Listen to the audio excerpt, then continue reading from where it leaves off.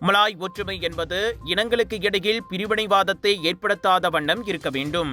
அப்படியோர் ஒற்றுமையை அடித்தளமாக கொண்டு ஒட்டுமொத்த நாட்டையே கட்டியெழுப்பும் புதிய தேசிய ஒப்பந்தம் உருவாக வேண்டும் என உரிமை கட்சி தலைவர் பேராசிரியர் டாக்டர் பி ராமசாமி வலியுறுத்தியுள்ளார்.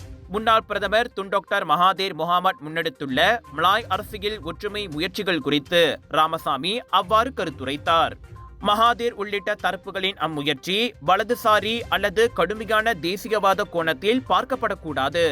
மாறாக எல்லா மலேசியர்களையும் உள்ளடக்கிய விரிவான ஒரு தளத்தை உருவாக்கக்கூடிய வியூக திட்டமாகவே பார்க்கப்பட வேண்டும் என்றார் அவர். பக்கத்தான் ஹராப்பான் தலைமையிலான தற்போதைய அரசாங்கம் மலாய் மற்றும் மலாய்க்காரர் அல்லாதோரின் எதிர்பார்ப்புகளை பூர்த்தி செய்ய தவறியுள்ளதாக கூறிக்கொண்ட ராமசாமி, ஆகவே மலாய் ஒற்றுமை என்பது சீன மற்றும் இந்திய சமூகங்களை புறக்கணிக்கும் வகையில் உருவாக்கப்படக்கூடாது என எச்சரித்தார். மலாய்க்காரர்களின் ஆதரவு மற்றும் பங்கேற்பின்றி எந்த ஒரு தேசிய அதிகார கோட்பாடும் உண்மையான மாற்றத்தை உருவாக்க முடியாது என அவர் சுட்டிக்காட்டினார்.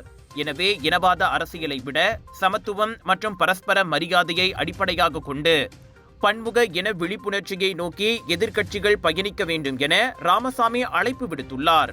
விலையோ மலிவு, செலவோ குறைவு, தரமோ உயர்வு, மனமோ நிறைவு. மக்களின் தேர்வு என்ரிகோஸ் முழு ஆடை சத்துள்ள பால்மாவு.